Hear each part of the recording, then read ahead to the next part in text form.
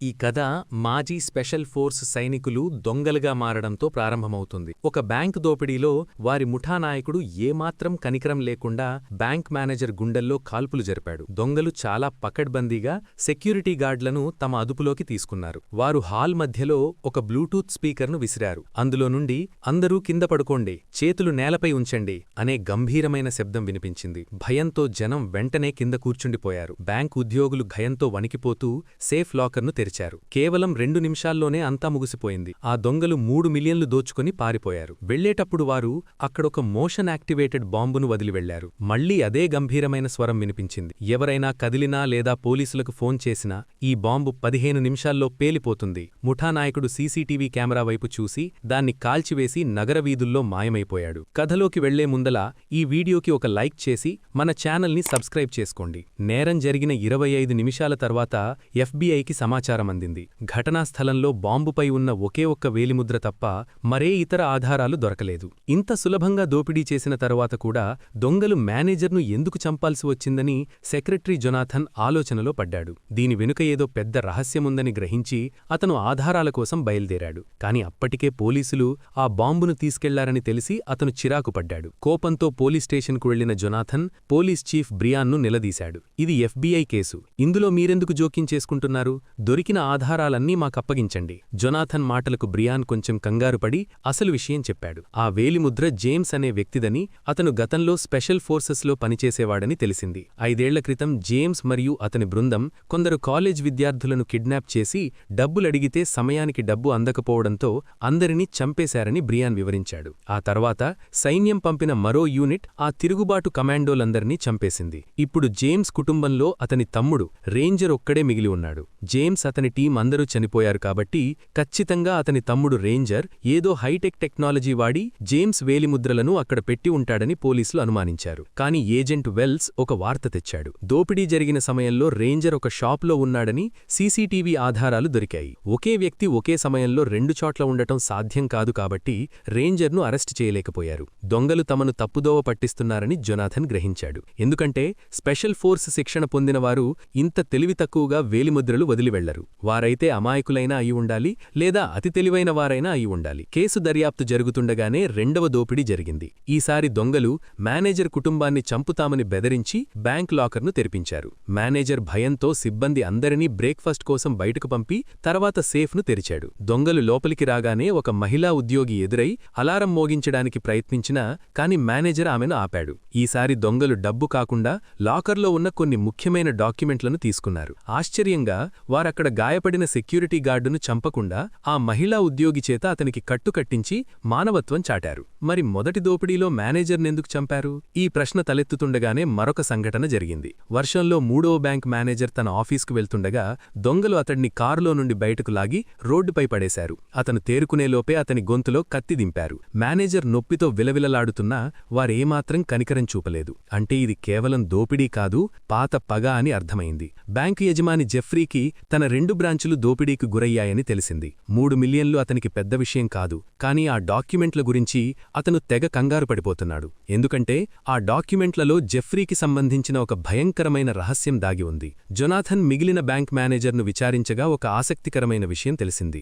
Jeffrey చాలా ధనవంతుడని, అతను తరచుగా బ్యాంకుకు వస్తాడని మేనేజర్ చెప్పాడు. దొంగలు కొందరిని చంపుతూ కొందరిని కాపాడుతున్న తీరు చూస్తుంటే జెఫ్రీ సామ్రాజ్యం వెనుక ఏదో పెద్ద కుట్ర జరుగుతుందని జొనాథన్ అనుమానించాడు. జెఫ్రీకి దేశవ్యాప్తంగా దాదాపు 3000 బ్యాంక్ బ్రాంచీలు ఉన్నాయని, అంత పెద్దవాడు ఈ చిన్న బ్రాంచీకి రోజూ క్లోజింగ్ సమయంలో రావడం ఏమాత్రం సాధారణ విషయం కాదని జొనాథన్కు అర్థమైంది. జెఫ్రీ స్వయంగా తిజోరీని చెక్ చేస్తున్నాడంటే అక్కడేదో అత్యంత విలువైనది లేదా ప్రమాదకరమైనది దాగి ఉందని అతను నిర్ధారించుకున్నాడు. మరోవైపు దోచుకున్న 3 మిలియన్ల నోట్ల సీరియల్ నెంబర్లను ట్రాక్ చేయగా ఆ డబ్బు మొత్తాన్ని ఒక చారిటీకి విరాళంగా ఇచ్చేసినట్లు తెలిసింది. ఈ ముఖ్యమైన విషయాన్ని కూడా పోలీస్ చీఫ్ బ్రియాన్ దాచిపెట్టడంతో జొనాథన్కు అతనిపై అనుమానం పెరిగింది. అందుకే ఏజెంట్ వెల్స్ను బ్రియాన్ పక్కరే ఉండి నిఘా పెట్టమని ఆదేశించాడు. టెక్నికల్ డిపార్ట్మెంట్ వారు మరొక బుల్లెట్ మీద ఉన్న వేలిముద్రలను పరీక్షించగా అవి కూడా చనిపోయిన జేమ్స్ వేవే అని తేలింది. చనిపోయిన మనిషి తిరిగి రావడం అసాధ్యం. అంటే ఎవరో కావాలనే జేమ్స్ పేరును వాడుతున్నారు అని జొనాథన్ ఆలోచనలో పడ్డాడు. అదే సమయంలో జెఫ్రీ గత చరిత్రను మొత్తం తవ్వితీయమని తన టీంకు చెప్పాడు. బ్యాంక్ మేనేజర్ అంత్యక్రియలకు జెఫ్రీతో పాటు ఆ ప్రాంత రాజకీయ నాయకుడు కూడా రావడం చూసి జొనాథన్ ఆశ్చర్యపోయాడు. ఇద్దరు సామాన్య మేనేజర్ల చావుకు ఇంత పెద్ద వ్యక్తులు రావడం వెనుక ఏదో బలమైన కారణముందని స్టాక్వెల్ కూడా జొనాథన్ను హెచ్చరించాడు. ఇంతలో బ్రియాన్ మరియు వెల్స్కు ఒక సాక్షి దొరికాడు. ఒక జ్యువెలరీ షాప్ గార్డ్ దొంగల కారు నెంబర్ను నోట్ చేసుకున్నాడు. ఆ నెంబర్ చెక్ చేయగా అది రేంజర్ కారు అని తేలింది. బ్రియాన్ వెంటనే రేంజర్ను పట్టుకోమని ఆర్డర్ వేశాడు. అదే సమయంలో జొనాథన్కు ఒక అజ్ఞాత ఫైల్ అందింది. అందులో జెఫ్రీ మరియు ఆ రాజకీయ నాయకుడు అత్యంత సన్నిహితంగా ఉన్న ఫోటోలు ఉన్నాయి. ఆ ఫోటోలను దొంగలే పంపారని జొనాథన్ గ్రహించాడు. దీనితో నిజాన్ని తేల్చడానికి అతను నేరుగా జెఫ్రీని కలవడానికి వెళ్లాడు. జొనాథన్ మాట్లాడుతూ జెఫ్రీ చనిపోయిన చిన్న తమ్ముడి గురించి ప్రస్తావించాడు. పాత కిడ్నాప్ కేసులో అతనే బాధితుడని, స్పెషల్ ఫోర్స్ టీం అతన్ని కిడ్నాప్ చేసినప్పుడు అతను ప్రాణాలు కోల్పోయాడని గుర్తుచేశాడు. జెఫ్రీ ఏమీ మాట్లాడకుండా నిశ్శబ్దంగా ఉన్నాడు. కాని జొనాథన్ అసలు ప్రశ్న వేశాడు. ఆ దొంగిలించబడిన డాక్యుమెంట్లలో ఏముంది? ఆ మాట వినగానే జెఫ్రీ ముఖం కోపంతో ఎర్రబడింది. అది చూసి జొనాథన్కు ఒక విషయం స్పష్టమైంది. జెఫ్రీ ఆ చిన్న బ్రాంచీకి వెళుతున్నది కేవలం ఫార్మాలిటీ కోసం కాదు, తన రహస్యాలను కాపాడుకోవడానికి. జెఫ్రీ కోపంతో సెక్యూరిటీని పిలిపించి జొనాథన్ను హెడ్ క్వార్టర్స్ నుండి బయటకు పంపించేశాడు. సరిగ్గా అదే సమయంలో దొంగలు తమ 3వ ఆపరేషన్ను ప్రారంభించారు. ఈసారి వారి నేరుగా టార్గెట్ బ్యాంక్ హెడ్ క్వార్టర్సే. ప్రతి దొంగకు తన పాత్ర ఏంటో స్పష్టంగా తెలుసు. వారు అత్యంత వేగంగా మెయిన్ లాబీని దాటుకుని లోపలికి ప్రవేశించారు. లోపల భద్రత చాలా కఠినంగా ఉంది. కస్టమర్ల రద్దీ కూడా ఎక్కువే. అయినప్పటికీ దొంగలు సరైన సమన్వయంతో కేబుల్స్ సాయంతో మెయిన్ ఏరియాలోకి వెళ్లడానికి ప్రయత్నించారు. అదే సమయంలో జెఫ్రీ గార్డులు జొనాథన్ను బయటకు తీసుకెళ్తున్నారు. దొంగలను చూడగానే జొనాథన్ అప్రమత్తమై అందర్నీ కింద పడుకోమని గట్టిగా అరిచాడు. ప్రజలు భయంతో అటూ ఇటూ పరుగులు తీయడం మొదలుపెట్టారు. వెంటనే FBI ఏజెంట్లు మరియు దొంగల మధ్య భీకరమైన కాల్పులు ప్రారంభమయ్యాయి. ఆ గందరగోళంలో ఒక బుల్లెట్ పొరపాటున సెక్యూరిటీ గార్డుకు తగిలింది. జొనాథన్ ఎదురుదాడి చేసి ఒక దొంగను గాయపరిచాడు. ఆ దొంగ చనిపోయాడని అందరూ అనుకున్నారు. కాని ఒక సెక్యూరిటీ గార్డు మరొక దొంగతో పోరాడుతుండగా చనిపోయాడనుకున్న ఆ దొంగ అకస్మాత్తుగా లేచి దాడి చేశాడు. పరిస్థితి చేయి దాటిపోతోందని గ్రహించిన జొనాథన్ మొదట జెఫ్రీని సురక్షిత ప్రాంతానికి చేర్చి తిరిగి దొంగలతో పోరాడడానికి వచ్చాడు. కాని ఈసారి దొంగలదే పైచేయయింది. జెఫ్రీ దగ్గర కేవలం ఒక్క బాడీగార్డు మాత్రమే మిగిలాడు.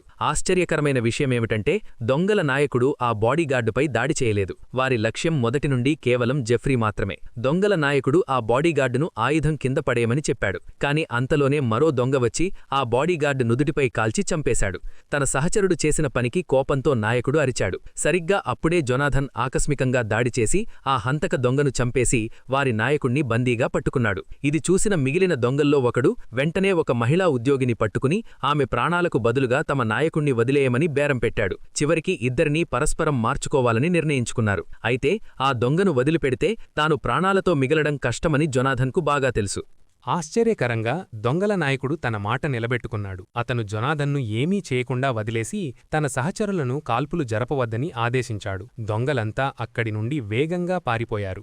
FBI ఏజెంట్లు చనిపోయిన దొంగ శరీరాన్ని పరీక్షించగా కనీసం ఒక్క ఆధారూ దొరకలేదు. అతని వేలిముద్రలు పూర్తిగా చెరిపివేసి ఉన్నాయి. గుర్తుపట్టకుండా ఉండేందుకు అతని పళ్ళు కూడా పీకేశారు. ఇంతలో బ్రియాన్కు రేంజర్ ఎక్కడున్నాడో సమాచారమందింది. అతను అక్కడికి వెళ్లగా రేంజర్ వదిన మార్థా మాత్రమే కనిపించింది. జేమ్స్ మరణం తర్వాత రేంజర్ అప్పుడప్పుడు వచ్చి పిల్లల ఖర్చుల కోసం డబ్బులిచ్చి వెళుతుంటాడని ఆమె చెప్పింది. రేంజర్ ఒక పాత ఇంట్లో దాక్కున్నాడని బ్రియాన్కు మరో రిపోర్ట్ అందింది. కానీ ఆ విషయాన్ని అతను ఏజెంట్ వెల్స్కు చెప్పలేదు. బ్రియాన్ భార్య క్యాన్సర్తో పోరాడుతోంది. అతని జీతంతో ఆమెకు వైద్యం చేయించడం అసాధ్యం. ఆ నిస్సహాయ స్థితిలో బ్రియాన్ ఒక కఠినమైన నిర్ణయం తీసుకున్నాడు. మరుసటి రోజు ఉదయం జొనాథన్కు దొంగల నుండి ఒక రహస్య ఫైల్ అందింది. అది చూసి అతను దిగ్భ్రాంతికి గురయ్యాడు. జెఫ్రీ ఇన్నాళ్లూ దాచిన భయంకరమైన నిజాలన్నీ అందులో ఉన్నాయి. నిజం ఒకటి, ఏళ్ల క్రితం జరిగిన ఆ పెద్ద కిడ్నాప్ కేసును ప్లాన్ చేసింది స్వయంగా జెఫ్రీనే.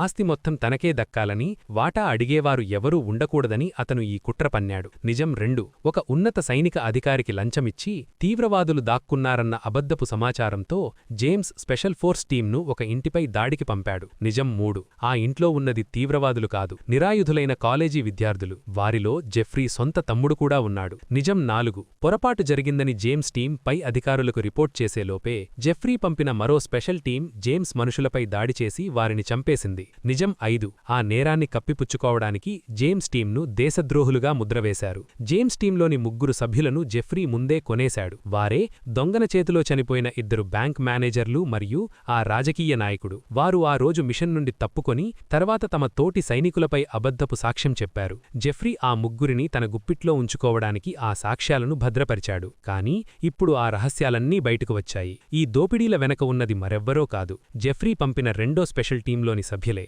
తమ చేత జెఫ్రీ సొంత సైనిక సోదరులనే చంపించాడని తెలుసుకున్న ఆ సైనికులు ప్రతీకారం తీర్చుకోవాలని నిర్ణయించుకున్నారు. రేంజర్ తన వదిన మార్థాకు ఇస్తున్న డబ్బు ఆ దోపిడీ సొమ్మేనని జొనాథన్ నిర్ధారించుకున్నాడు. మరోవైపు పోలీస్ చీఫ్ బ్రియాన్ తన తోటి అధికారులతో కలిసి ఆ పాత ఇంట్లో దాచిన డబ్బును దోచుకోవాలని పథకం వేశాడు. కాని తెల్లవారేసరికి అతని మనస్సు మారింది. ఇది తప్పు, మనమిలా చెయ్యకూడదు అని వారించినా అతని సహచరులు వినకుండా డబ్బు కోసం వెళ్లారు. ఇంతలో టీవీ ఛానళ్లలో జెఫ్రీ చేసిన అరాచకాలు, జేమ్స్ టీంకు జరిగిన అన్యాయం గురించి వార్తలు గుప్పుమన్నాయి. తన పాపం పండిందని గ్రహించిన జెఫ్రీ దేశం విడిచిపారిపోవడానికి సిద్ధమయ్యాడు. కాని జొనాథన్ అప్పటికే అప్రమత్తమై విమానాశ్రయాల్లో నిఘా పెట్టానిశాడు. జొనాథన్కు మొదటి నుండి జేమ్స్ ఇంకా బతికే ఉన్నాడనే అనుమానం ఉండేది. అందుకే అతను జేమ్స్ గర్ల్ఫ్రెండ్ పనిచేసే బార్కు వెళ్లాడు. అక్కడ జొనాథన్ అనుమానం నిజమైంది. జేమ్స్ సజీవంగా ఉన్నాడు. జొనాథన్ అతన్ని FBI హెడ్ క్వార్టర్స్కు తీసుకువెళ్లి విచారించాడు. నీ టీంపై జరిగిన దాడికి ప్రతీకారంగా నువ్వే దొంగల నాయకుడిగా మారావా అని ప్రశ్నించగా అతను దాన్ని ఖండించాడు.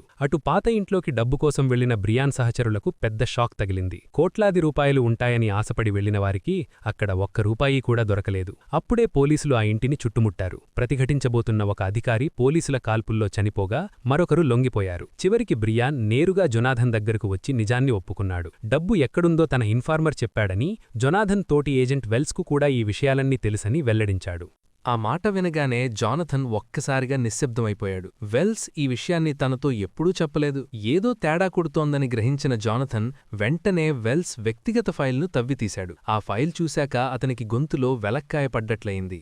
జెఫ్రీ ఆదేశాల మేరకు జేమ్స్ టీంపై దాడి చేసిన అదే స్పెషల్ ఫోర్స్ యూనిట్లో వెల్స్ కూడా ఒక సభ్యుడు. ఆ మిషన్ తర్వాత అతను ఆర్మీని వదిలేసి FBIలో చేరాడు. ఇప్పుడు జానథన్కు అసలు సినిమా అర్థమైంది. వెల్స్కు మొదట్నుండి అన్ని నిజాలు తెలుసు. తన అధికారాన్ని వాడుకుంటూ జెఫ్రీపై పగ తీర్చుకోవడానికి దొంగలకు ఆధారాలందించింది, ఈ మొత్తం దోపిడీలకు మాస్టర్ మైండ్గా వ్యవహరించింది వెల్స్ అని తేలిపోయింది. జానథన్ వెంటనే వెల్స్ను అరెస్ట్ చేయమని ఆదేశించాడు. మరోవైపు స్టాక్వెల్ జెఫ్రీ ఉన్న చోటును కనిపెట్టాడు. కానీ వారక్కడికి చేరుకునేలోపే జెఫ్రీ హెలికాప్టర్లో తప్పించుకున్నాడు. వెల్స్ పిచ్చివాడిలా హెలికాప్టర్పై కాల్పులు జరిపాడు. అది చూసి స్టాక్వెల్ షాక్ అయ్యాడు. అప్పుడే వెల్స్ సహచరులందరూ ఆయుధాలతో అక్కడికి రావడంతో అసలు దొంగ వెల్స్ అని స్టాక్వెల్కు స్పష్టమైంది. స్టాక్వెల్ తన శక్తినంతా కూడదీసుకుని వెల్స్ను కింద పడేసి చితగ్గొట్టాడు. కాని ఒక దొంగ రైఫిల్తో స్టాక్వెల్ తలపై బలంగా కొట్టడంతో అతను స్పృహ కోల్పోయాడు. జానథన్ అక్కడికి చేరుకునేసరికి వెల్స్ అండ్ గ్యాంగ్ పారిపోయారు. బ్రియాన్కు ఒక విషయం గుర్తొచ్చింది.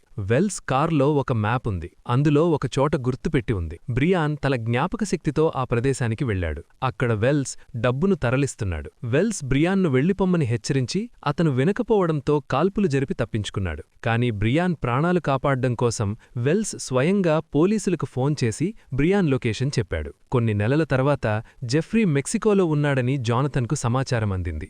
వెల్స్ కూడా ఖచ్చితంగా అక్కడే ఉంటాడని నమ్మి జానథన్ ఒంటరిగా బయలుదేరాడు. చివరకు వారిద్దరూ ఎదురెదురుపడ్డారు. వెల్స్ కళ్లలో బాధ, ప్రతీకారం కనిపిస్తున్నాయి. వెల్స్ జానథన్తో ఇలా అన్నాడు: ఇన్నాళ్లు మేము లోపలే కుళ్ళిపోతూ బతికాం. ఆ మిషన్ జరుగుతున్నప్పుడే నాకేదో తప్పు జరుగుతోందని అనిపించింది. కాని ఒక సైనికుడిగా సొంత తెలివితేటలు వాడకుండా పై అధికారుల ఆదేశాలను పాటించడమే మా బాధ్యత. అదే మా ధర్మం. వెల్స్ తన గుండెల్లోని భారమంతా జానథన్ ముందు దించేశాడు. ఆ రోజు జరిగిన తప్పు నన్ను ఒక్క క్షణం కూడా ప్రశాంతంగా నిద్రపోనివ్వలేదు. జేమ్స్ కళ్లలో భయం చూశాకే నాకర్థమయింది, మమ్మల్ని పై అధికారులు పావుల్లా వాడుకున్నారని. అందుకే మేమందరం కలిసి జేమ్స్ చనిపోయినట్లు నాటకమాడి అతన్ని కాపాడాం. కాని దేశం కోసం ప్రాణాలిచ్చే సైనికుడు తన సొంత దేశంలోనే గుర్తు తెలియని వ్యక్తిగా బతకాల్సి రావడం ఎంత నరకం. మమ్మల్ని ఈ స్థితికి తెచ్చిన జెఫ్రీని వదిలిపెట్టకూడదని నిర్ణయించుకున్నాం అని ఆవేదనతో చెప్పాడు. జానథన్ గంభీరంగా, మరి ఈ ప్రతీకార పోరాటంలో అన్యాయంగా చనిపోయిన అమాయకుల మాటేమిటి అని ప్రశ్నించాడు. ఆ మాట వెల్స్ మనసును కలిచివేసింది. ఆ సెక్యూరిటీ గార్డ్ను చంపాలని ఉద్దేశం మాకు లేదు,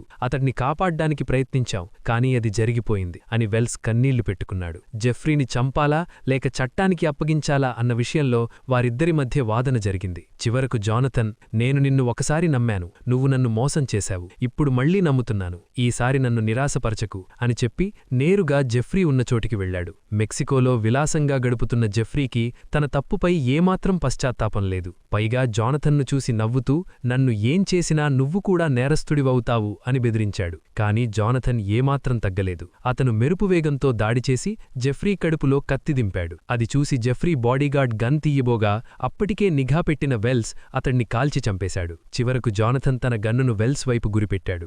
వెల్స్ కూడా గన్ను తీసినా వెంటనే దాన్ని కింద పడేసి వెనక్కి తిరిగాడు. నన్ను చంపినా బతికించినా అది నీ ఇష్టం. ఇన్నాళ్లూ నా గుండెపై ఉన్న భారం ఈ రోజుతో దిగిపోయింది అన్నట్లుగా నిశ్శబ్దంగా నడవసాగాడు. వెల్స్ వెళ్తున్న తీరు చూసి జానథన్ కూడా తన తుపాకిని దించేసి అతణ్ణి వదిలేశాడు.